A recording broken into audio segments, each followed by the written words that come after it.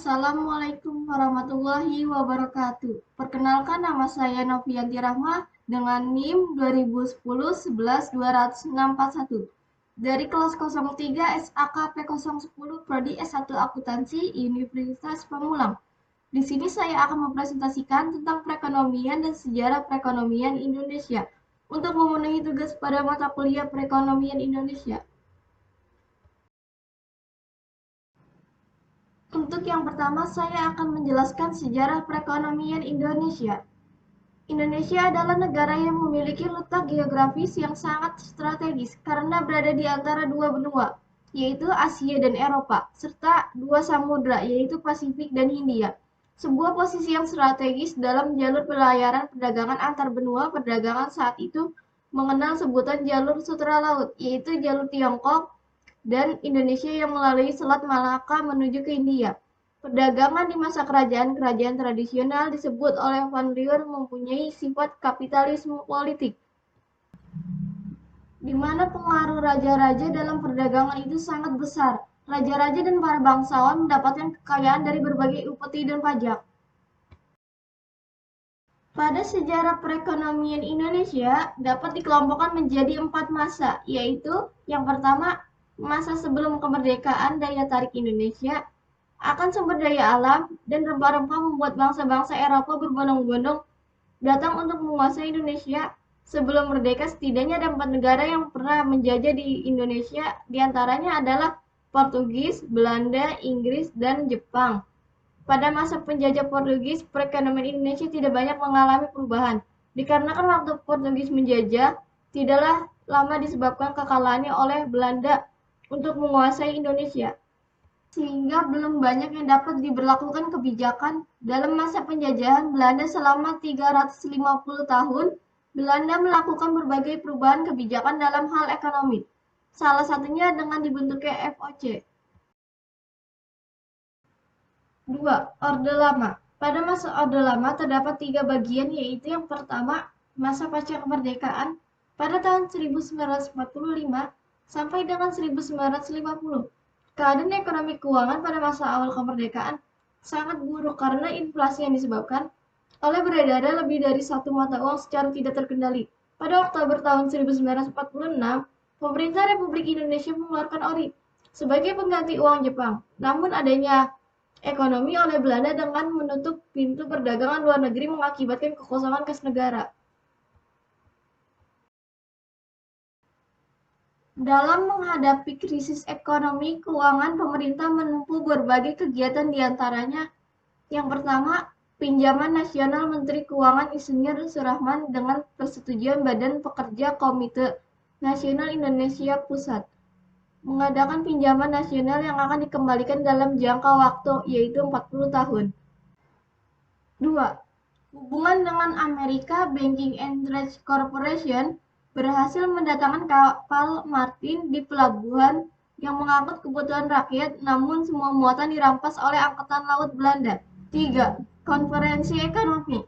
Konferensi yang membahas mengenai peningkatan hasil produksi pangan, distribusi bahan makanan, sandang, serta status dan administrasi perkebunan asing. Masa demokrasi liberal pada tahun 1950 sampai dengan 1957. Masa ini disebut dengan masa liberal karena dalam politik maupun sistem ekonominya menggunakan prinsip-prinsip liberal. Perekonomian disarankan pada sesuai teori-teori mazhab klasik yang menyatakan laissez-faire, laissez-passer. Padahal pengusaha pribumi masih lemah dan belum bisa bersaing dengan pengusaha non-pribumi, terutama pengusaha Cina. Pada akhirnya sistem ini hanya memperburuk kondisi perekonomian Indonesia yang baru merdeka. Masa demokrasi terpimpin pada tahun 1959 sampai dengan 1967. Sebagai akibat dekret Presiden pada tanggal 5 Juli tahun 1959, maka Indonesia menjalankan sistem demokrasi terpimpin dan struktur ekonomi Indonesia menjurus pada sistem etatisme. Segala-segalanya diatur oleh pemerintah. Dengan sistem ini diharapkan oleh membawa pada kemakmuran bersama dan persamaan dalam sosial, politik, dan ekonomi, Akan tetapi kebijakan-kebijakan ekonomi yang diambil oleh pemerintah di masa ini belum tentu memperbaiki keadaan ekonomi. Pada awal Orde Baru, stabilitas ekonomi dan politik menjadi prioritas utama. Program pemerintah berorientasi pada pengendalian inflasi, penyelamatan keuangan negara, dan pengamanan kebutuhan pokok rakyat. Setelah melihat pengalaman masa lalu di mana dalam sistem ekonomi liberal, ternyata pengusaha pribumi kalah bersaing dengan pengusaha non-pribumi. Dan sistem etatisme tidak memperbaiki keadaan. Maka dipilihlah sistem ekonomi campuran dalam kerangka sistem ekonomi demokrasi Pancasila. Ini merupakan praktek dari salah satu teori Keynes tentang campur tangan pemerintah dalam perekonomian secara terbatas.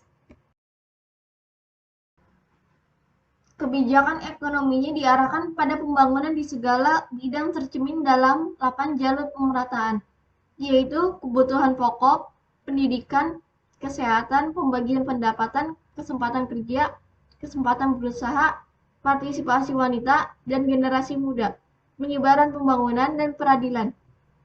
Sehingga meskipun berhasil meningkatkan pertumbuhan ekonomi, tapi secara fundamental pembangunan nasional sangat rapuh. Akibatnya ketika terjadi krisis yang merupakan imbas dari ekonomi global, Indonesia merasakan dampak yang paling buruk.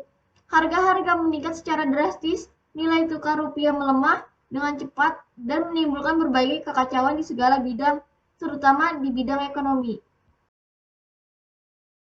4. Masa Orde Reformasi. Pada masa Orde Reformasi, pemerintahan B.J. Habibie yang mengawali masa reformasi belum melakukan manuver-manuver yang cukup tajam dalam bidang ekonomi. Kebijakan-kebijakannya diutamakan untuk mengendalikan stabilitas politik. Pada masa kepemimpinan Presiden Abdurrahman Wahid pun belum ada tindakan yang cukup berarti untuk menyelamatkan negara dari keterpurukan. Padahal ada berbagai persoalan ekonomi yang diwariskan Orde Baru harus dihadapi antara lain masalah KKN, korupsi, kolusi, dan nepotisme, pemulihan ekonomi, kinerja BUMN, pengendalian inflasi, dan mempertahankan kurs rupiah. Malah Presiden terlibat skandal Brunei yang menjatuhkan kredibilitasnya di mata masyarakat. Akibatnya kedudukannya digantikan oleh Presiden Megawati. Strategi pertumbuhan ekonomi. Yang pertama yaitu pertumbuhan ekonomi adalah peningkatan output masyarakat yang disebabkan oleh semakin banyaknya jumlah faktor produksi yang digunakan dalam proses produksi tanpa adanya perubahan cara-cara teknologi produksi itu sendiri. Kedua, Indonesia menganut strategi pertumbuhan ekonomi dan dalam melaksanakan pembangunan menurut kedua ekonomi ini, setiap penambahan stok kapital masyarakat meningkatkan pula kemampuan masyarakat untuk menghasilkan output. Di sini menunjukkan output yang potensial bisa dihasilkan dengan stok kapital atau kapital produksi yang ada. Yang ketiga, konsekuensi strategi pertumbuhan adalah bahwa besar kecil laju pertumbuhan ekonomi sangat tergantung pada naik turunnya tingkat investasi. Contoh, petrodolar, kelebihan harga minyak. Pertumbuhan ekonomi melonjak drastis dari 2,5% sebelum dimulai pelita menjadi 7% selama pelita 1, 2, dan pertengahan pelita 3. Yang keempat yaitu sejak krisis moneter pertengahan tahun 1997 di mana terjadi capital flight besar-besaran, pertumbuhan ekonomi merosot dengan cepat, masing-masing yaitu 8,5%, 6,8%, 2,5%, dan 1,4% untuk triwulan 1, 2, 3, dan 4 tahun 1997. Tahun 1998, pertumbuhan menjadi negatif. Dampak pada perekonomian Indonesia selama Orde Baru cukup mengagumkan secara makro. Yang pertama yaitu pembangunan berlangsung cepat. Yang kedua, laju pertumbuhan ekonomi rata-rata per tahun tinggi. Yang ketiga, penghasilan ekspor minyak sangat tinggi. Yang keempat, pinjaman luar negeri dan PMA dalam pembangunan ekonomi Indonesia meningkat tajam. Tapi secara mikro tidak mengagumkan atau dampak negatif dan pertumbuhan ekonomi yang tinggi. yaitu yang pertama, jumlah orang miskin menurun, tetapi jumlahnya masih besar. Yang kedua, kesenjangan ekonomi dan sosial semakin melebar. Yang ketiga, pertumbuhan ekonomi yang tinggi, tapi dengan biaya ekonomi yang tinggi. 4. Ketergantungan Indonesia terhadap modal asing, pinjaman dan impor. Strategi perkembangan ekonomi. Perkembangan ekonomi adalah kenaikan output yang disebabkan oleh inovasi yang dilakukan oleh wira swasta. Inovasi menyangkut perbaikan kualitatif dari sistem ekonomi itu sendiri yang bersumber dari kreativitas para wira swasta. Syarat-syarat terjadinya inovasi atau perkembangan ekonomi. Yang pertama yaitu harus tersedia cukup calon-calon pelaku inovasi di masyarakat. Yang kedua, harus ada di lingkungan sosial, politik, dan teknologi yang bisa menjadi tempat sumber bagi semangat inovasi. Yang ketiga, harus ada cadangan atau suplai ide-ide baru secara cukup. Yang keempat yaitu harus ada sistem perkreditan yang bisa menyediakan dana bagi para entrepreneur. Ada 5 kegiatan yang termasuk inovasi, yaitu yang pertama, diperkenalnya produk baru yang sebelumnya tidak ada. Yang kedua, diperkenalnya cara produksi baru mesin baru. Yang ketiga, penemuan sumber-sumber bahan mentah baru. Yang keempat, pembukaan daerah-daerah pasar baru. Yang kelima yaitu perubahan organisasi industri sehingga meningkatkan efisiensi. Di sini ada perubahan sistem ekonomi sehingga dari waktu ke waktu kegiatan-kegiatan ekonomi berjalan efisien yang mendukung peningkatan pertumbuhan ekonomi sehingga pertumbuhan ekonomi tidak semata-mata tergantung pada tingkat investasi. Strategi pembangunan berwawasan Nusantara. Wawasan adalah pandangan hidup suatu bangsa yang dibentuk oleh kondisi lingkungannya. Kondisi lingkungan hidup bangsa Indonesia adalah suatu pulau atau kepulauan yang terletak di antara Samudra Pasifik dan Atlantik, di antara benua Australia dan Asia, atau Nusantara. Pembangunan berwawasan Nusantara sebenarnya tidak lain adalah pembangunan yang berwawasan ruang. Pembangunan berwawasan ruang atau ekonomi regional tersirat dalam argumentasi yang mengemukakan sebab-sebab daerah miskin kurang mampu berkembang secepat seperti yang terjadi di daerah yang lebih kaya. Dilihat dari dimensi ekonomi regional, Indonesia menghadapi dilema dualisme teknologi, yaitu perbedaan dan ketimpangan mengenai pola dan laju pertumbuhan ekonomi di antara berbagai kawasan dalam batas wilayah suatu negara. Dilema teknologi menonjol karena adanya asimetri atau ketidakrahasiaan antara lokasi penduduk dan lokasi sumber alam. Kondisi perekonomian Indonesia pada masa transisi reformasi yaitu pada tahun 1997 sampai dengan tahun 1999. Yang pertama yaitu krisis keuangan di Asia atau Thailand. Posisi mata uang Indonesia tidak stabil. Yang kedua, pencabutan izin usaha 16 bank swasta yang dinilai tidak sehat. Yang ketiga, nilai rupiah yang semakin merosot sehingga meminta bantuan pada IMF, awal kehancuran. Yang keempat, kepercayaan masyarakat dalam dan luar negeri terhadap kinerja ekonomi Indonesia terus merosot sehingga nilai rupiah terus melemah. Yang kelima, pengeluaran pemerintah pengurang subsidi, membatalkan proyek besar, memperbesar pendapatan, menaikkan cukai, mencabut fasilitas kemudahan pajak, memperbanyak objek pajak dan pajak tambahan terhadap bensin. Krisis moneter bulan Juli pada tahun 1977 menjadi krisis ekonomi. Tidak mudah menentukan apa faktor-faktor utama penyebab krisis ekonomi di Indonesia, karena setiap gejolak ekonomi dapat disebabkan oleh faktor-faktor yang langsung dan faktor-faktor yang tidak langsung yang mempengaruhinya. Selain itu dapat pula dibedakan adanya faktor-faktor internal dan faktor-faktor eksternal yang mempengaruhi terjadinya krisis ekonomi, baik yang bersifat ekonomi maupun yang bersifat non-ekonomi.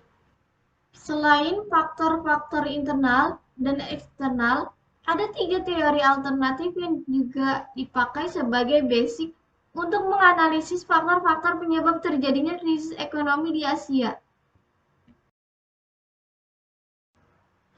Masalah-masalah yang dihadapi setelah krisis.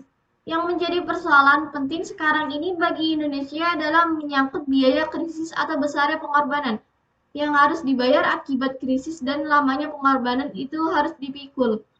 Setelah setahun krisis berlangsung, ternyata biaya krisis yang harus dibayar masyarakat Indonesia lebih besar dibanding di Thailand, Korea Selatan, ataupun Malaysia.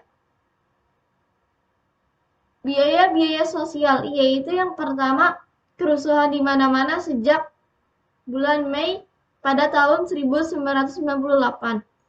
Yang kedua, banyak orang kekurangan gizi.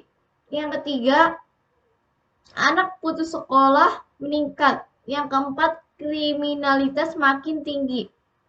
Biaya-biaya ekonomi yang pertama yaitu pendapatan per kapita anjlok secara drastis. Dua, laju pertumbuhan PDB menjadi negatif. Yang ketiga, jumlah pengangguran dan kemiskinan meningkat. Yang keempat, bencana kelaparan di banyak lokasi. Yang kelima, hiperinflasi. Dan yang keenam, dengan defisit anggaran pemerintah dan neraca pembayaran membengkak. Sekian dari saya, terima kasih. Mohon maaf apabila ada kesalahan pada penyampaiannya. Wassalamualaikum warahmatullahi wabarakatuh.